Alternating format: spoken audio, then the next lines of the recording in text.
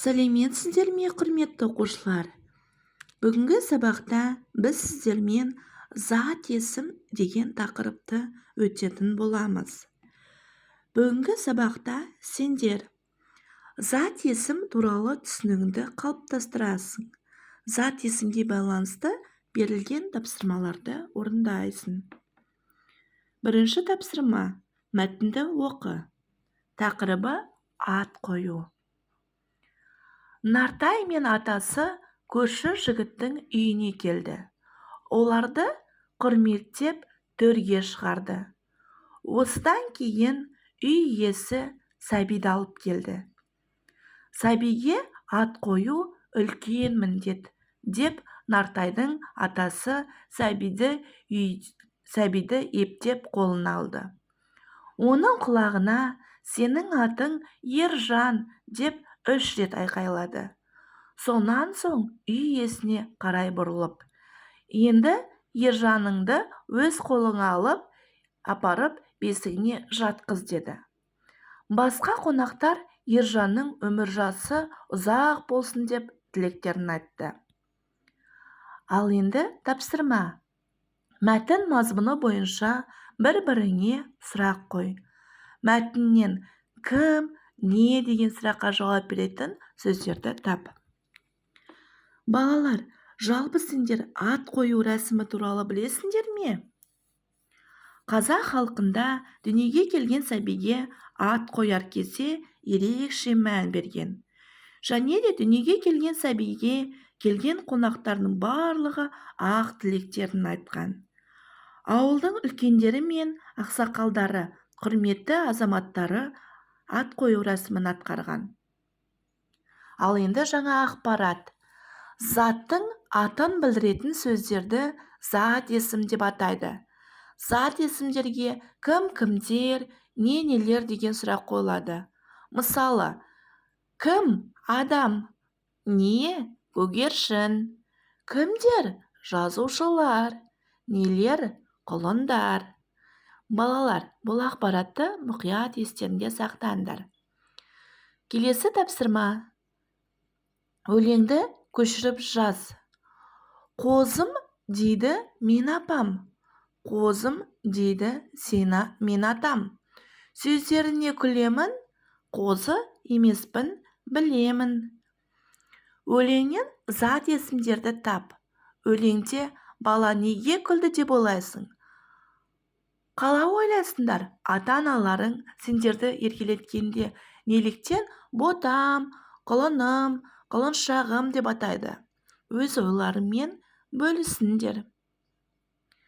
Балалар, келесі тапсырма: оңнан солға қарай оқысаң да, солдан оңға қарай оқысаң да өзгермейтін сөздерді тап.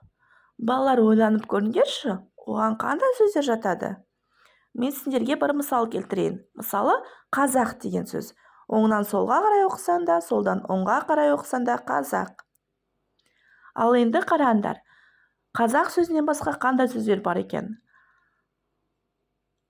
Қалақ, қырық, қызық, кесек, керек. Балалар, тағы да ойланып көріңдерші, тағы қандай сөздері болуы мүмкін? Сендер үйде ойланып дәптерге жазып келіңдер. Ал енді келесі тапсырманы мұқият орындайық. Көп нүктенің орнына керекті сөздерді қойып, өлеңді көшіріп жаз. Керекті сөздер астында берілген. Аяғыңды, батыл, батыр, саусағыңды. Өс балам, өсе бер. Келесі жолдардағы көп нүктенің орнына керекті сөздерді тауып жазыңдар. Бәрекелді балалар, жұмысты аяқтасаңдар, енді өздеріңді тексеріңдер. Өс балам, өсе бер. Батыр бол палуан білекті. Батыл бол таймас жүректі. Аяғыңды созайық, саусағыңды жазайық. Көп нүктенің орнына қойылған сөздер: батыр, батыл, аяғыңды, саусағыңды. Балалар, келесі тапсырмаға назар аударыңдар. Балалар, сендер көріп тұрғандай, ортада бізде алтын сандық берілген және ода сөздер берілген. Екі жағында екі ағаш. Қазір біз осы екі ағашқа кім, кімдер, нелер деген сөздерді жазатын боламыз. Бірінші кім деген сұраққа жауап беретін сөзден бастасақ. Ата. Кім? Ата. Келесі сөз ұшқыш. Кім?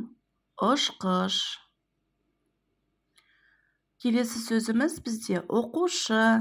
Кім? Оқушы.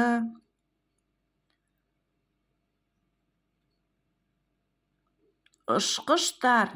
Кімдер? Ұшқыштар. Балалар. Кімдер? Балалар. Ал енді балалар нелер деген сұрақтарға жауап беретін сөздерді жазсақ. Бірінші қандай сөз көріп тұрсыңдар? Не? Гүл. Дұрыс айтасыңдар балалар. Гүл деген сұраққа, гүл деген сөзге не деген сұрақ қойылады. Келесі. Не? Қоян.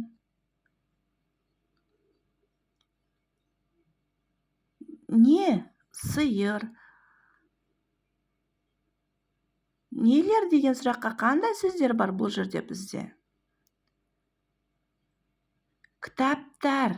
Дұрыс айтасыңдар балалар. Кітаптар. Нелер? Кітаптар. Ағаштар. Нелер? Ағаштар.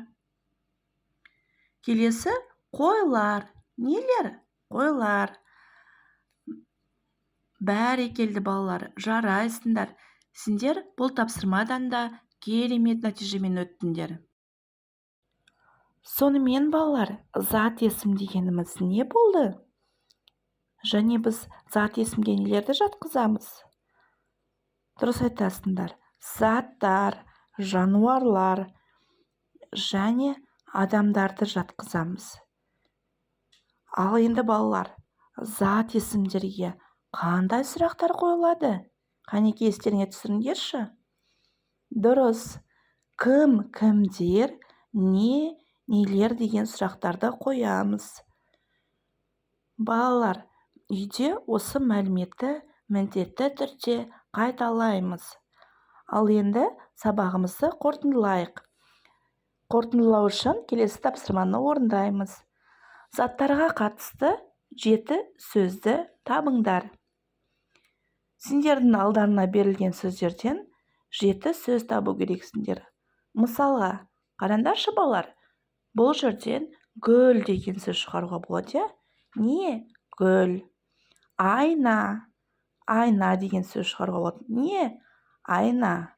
Ал енді балалар, сендер ойланып көріңдерші, тағы қандай сөздер табуға болады екен? Және де ол сөздер міндетті түрде зат есім болу керек. Жарайсыңдар балалар, енді өздеріңді бағалап көріңдер. Осымен сабағымыз аяқталды. Сау болыңдар балалар.